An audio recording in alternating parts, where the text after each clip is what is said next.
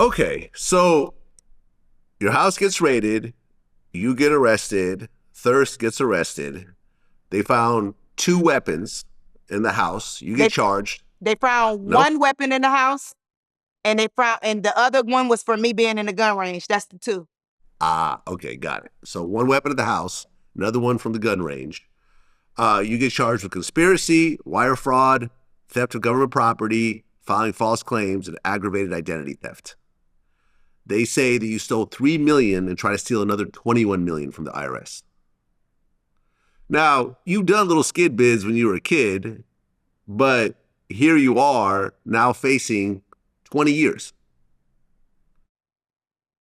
I'm not thinking I'm facing 20 years, though.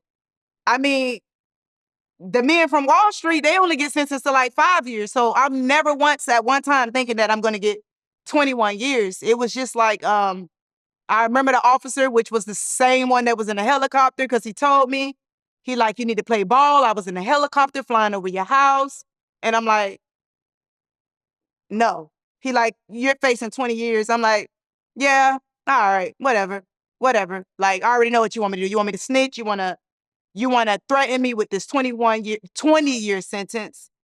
But I'm not thinking that I'm going to receive 20 years. Like, who would ever think that you would lose your life for trying to survive? Yes, I know what the hell I was doing was wrong, but 20 years for fraud, like, that's a little deep. Okay, well let's keep it 100. You were doing a lot more than trying to survive. What else I was doing? Trying to survive meant that, okay, I'm just going to do a little bit to pay my rent and so forth and stay under the radar. You were flossing, you were balling out, you were taking it over the top. Let's just keep it 100. Let's keep it 100. I'm still surviving, because after I floss and I spend those 50 stacks, I still need to survive. So I'm going to make another 50 stacks. The flossing, the picture that you probably talking about with me holding up the money that they say is tax fraud money, for one, I can't hold up. That's $2,000. Tax fraud money, if I was holding up tax fraud money, it would have been like this. I can't hold it. So that was not tax fraud money. It was $1 bills. Flossing, the rappers do it all the time. Everybody floss. The celebrities floss. It's just in our nature. I mean, it's 2000. Everybody's flossing. Right. I understand that. And at the end of the day, it's all water under the bridge. Yes. But you also could have said, okay, look, I'm going to hit the slick. I'm not going to buy 5 cars. I'm going to drive a regular car. I'm going to make this stretch out as long as possible, and then maybe hit another lick a year later, and then kind of keep doing it that way to try to stay below the radar. So, I mean, it is what it is at this point, but you have to blame yourself somewhat to say, okay, you took it way over the top, and that caused a lot of attention, and you may have been able to actually go below the radar if you had just been a lot more conservative and just not really spent the type of money you spend in order to make more money again illegally. That's all I'm saying. Okay. So to respond to what you just said, yes, what you're saying is right. However, with my job, First Lady Entertainment, it was an entertainment business. And in the entertainment business, what do people do? They entertain the world, right? So that comes with flossing. That come with flaunting. It's just part of their image. So for these club owners to want First Lady to host their event, First Lady got to be doing something right. Nobody's knowing about my illegal side. Not everybody. My ball players and stuff, they didn't know about the illegal side. So with me even able to gain the attention of them, come on, they seen somebody on the computer probably holding up money. Let me see who this girl is. They got this girl in the club all night on the DJ booth. They saying one time for First Lady Entertainment. Let me see who she is. Like, it just comes with the business. Yes, I didn't have to floss as much, but with my job, I felt like social media to the day, social media is everything. I'm on the computer, I'm holding up money. Oh, well, I want her to host my strip-a-thon tonight because I see so that's basically what I was doing. I was in a business and I was taking care of business. Well, when you get arrested, it made national news. Yes. So now it's really out there what happened. Now, did you get bonded all or are you in jail this whole time? Yes. So when the feds came to my house, like I said, they came to indict my co-defendant. They never had an indictment for me. When they searched the house, they found traces of tax fraud and they found the firearm. I went to jail on felony possession of a firearm and I bonded out.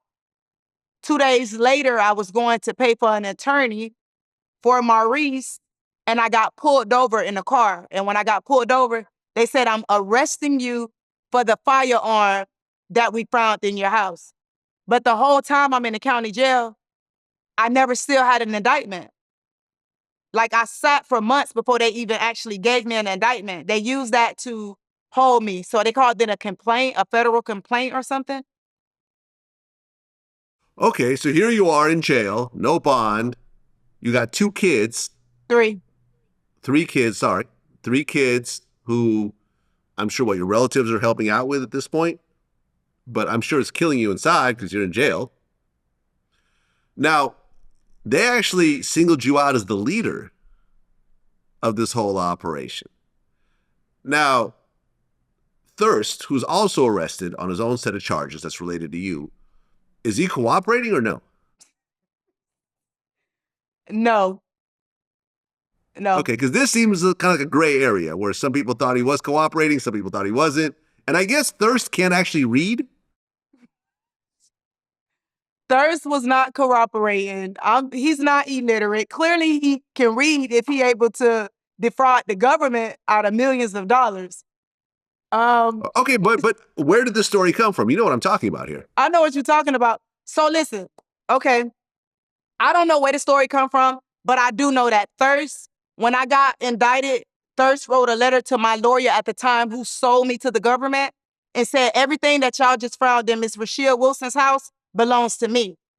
My lawyer did not present the letter because my lawyer said it was like I was coercing him to say that because he already done made a deal. But Thirst did not tell on me. No.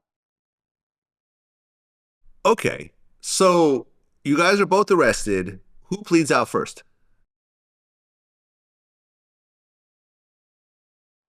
I think I pled out first. I'm not sure.